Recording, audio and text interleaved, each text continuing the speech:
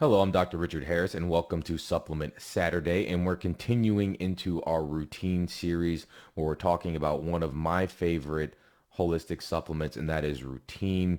And the reason I love Rootine is because we combine lifestyle medicine, genetic analysis, and metabolite testing to make a custom made for you supplement based upon those factors. It's truly one of a kind.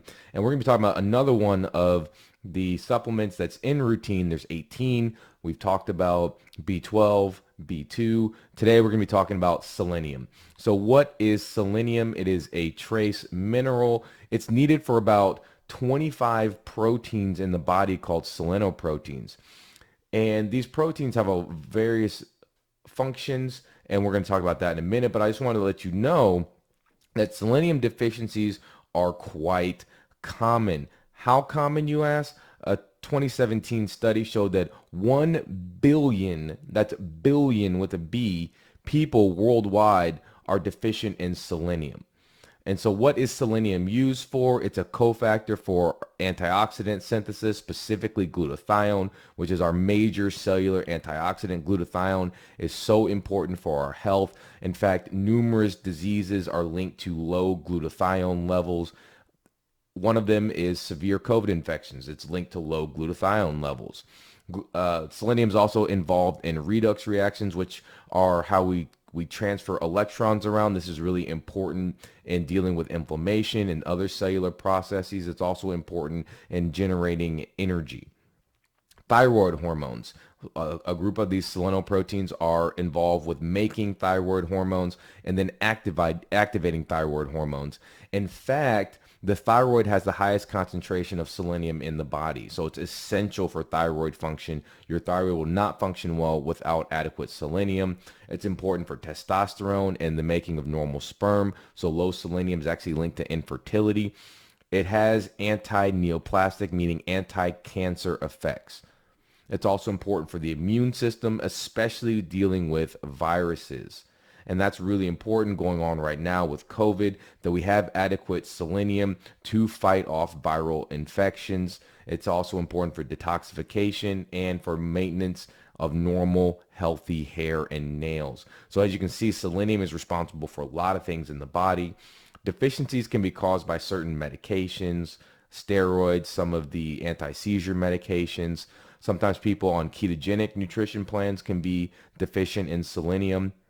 And then other nutrition plans where you have high intakes of processed foods and we're not eating enough of the foods that have selenium in them. But selenium is also affected by where the food is grown and soil concentrations. It's also affected by pH and rainfall. So there's a lot of variability in selenium concentrations in the food we eat depending on where the food is from. So what are the symptoms of selenium deficiencies? You have increased oxidative stress. Oxidative stress is the process by which the body generates free radicals, and that is free electrons that cause damage to DNA and cells and proteins, and that is a root cause of chronic disease. If you want to know more about oxidative stress, check out our stress podcast, Strive for Great Health podcast.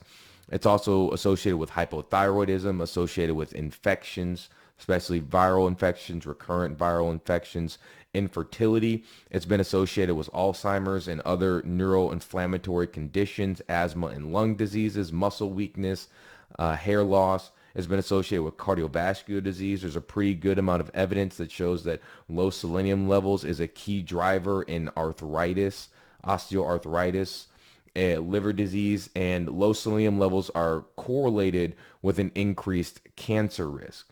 So very, very important mineral, and for our overall health and well-being, our body's balance, what we call homeostasis, meaning the body is in a state of balance.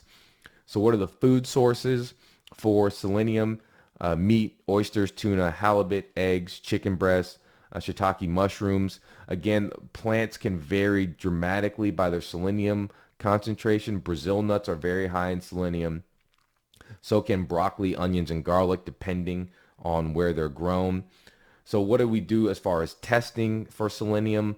You can look at certain genes, especially genes related to glutathione, GSTM1, GSTP1, GSTT, GPX. These are glutathione related genes. You can also look at some of the genes related to TXNRD1 and selenop. These are genes involved with the redox functions of selenium and also with the conversion of selenium. Those typically aren't done normally in practice. That's more done in research. In clinical practice, we look more at the glutathione levels and glutathione genes. And if there's some abnormalities there, you may need more selenium support. So other testing that we can do, we can look at whole blood selenium levels. You can measure levels of oxidative stress. That's something I do quite often with my clients. You can measure thyroid levels, hormone levels, and inflammation levels, and that can give you some key insight into if someone needs additional selenium support. The dosage, so the RDA is about 55 micrograms a day. Supplementation has up to about 400 micrograms daily. And what I love about Rootine is we use the selenium-methionine version, which is the major nutritional source of selenium, and it has twice the bioavailability as other versions of selenium, which is really key because then you're absorbing it, and it's also the major form that the body is used to. It's the major form that we get in nutrition, and that's very important to maintaining adequate levels. Now, side effects, it's very well tolerated at those recommended doses up to 400 micrograms daily. At 200 micrograms daily, people may have some mild GI effects, headache, skin rash. You can get selenotoxicity. It's very, very rare. It typically would happen in people who would eat a lot of Brazil nuts, but ironically, Brazilians who do eat a lot of Brazilian nuts, it's very rare. So the body is able to regulate these levels. If you give it time. It's usually acutely. People would ingest a lot of excess selenium, and that can lead to nausea, vomiting, dermatitis, neurotoxicity, impaired hormone function, but that is extremely rare. You really don't see that much of it, especially if you're using the recommended levels in supplementation. So that's been about selenium, and it's an extremely important mineral, extremely important with COVID right now.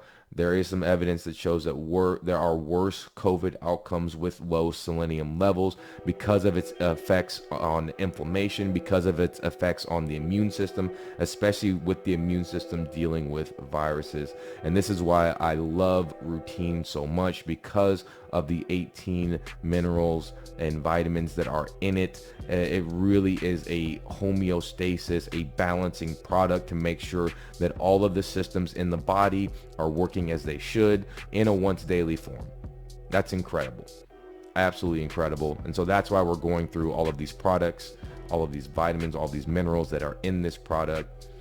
If you're interested, there will be a link below the video, and we'll be back next week as we continue our Rootine series.